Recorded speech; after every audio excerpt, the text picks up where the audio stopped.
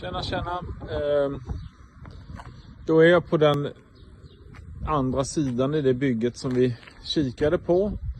Det vi alltså valde att inte gå och kolla på av någon anledning. Jag har nog jobbat som mäklare snart 8 år, så att det är ju skönt att man läser att man ska göra någonting nytt även efter alla år. Där borta vid den bilen till höger, där går vägen som går ner till stranden.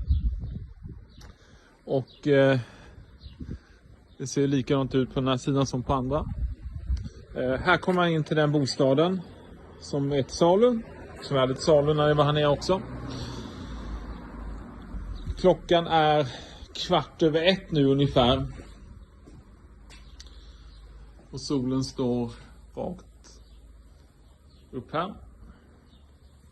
Terrassen är något kortare men lite bredare än vad den var på andra sidan. Här är också då markis som man drar över för att täcka hela ytan där. Och sen markiser som är fäst för att få mer skugga här. Och på den här terrassen har man ju då haft sol. Sen solen gick upp till nu då. Sen när man kollar inuti bostaden så är den ju, planlösningen är likadan som på andra sidan. Det den här ägaren har valt att göra är faktiskt att sätta dit en bardisk för att få lite mer arbetsyta i köket. Och också då mer förvaring. Här ute i parken så har den ägaren också valt att lägga på plasttaket för att kunna använda den utan som förvaring. Annars är det lika i detta sovrummet. Också lika i detta sovrummet här, det stora.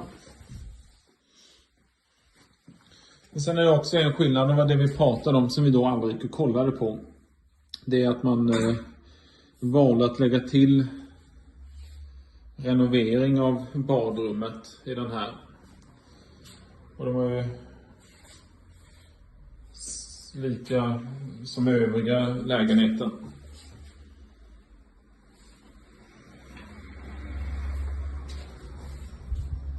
Och så ser det ut. Tjingeling!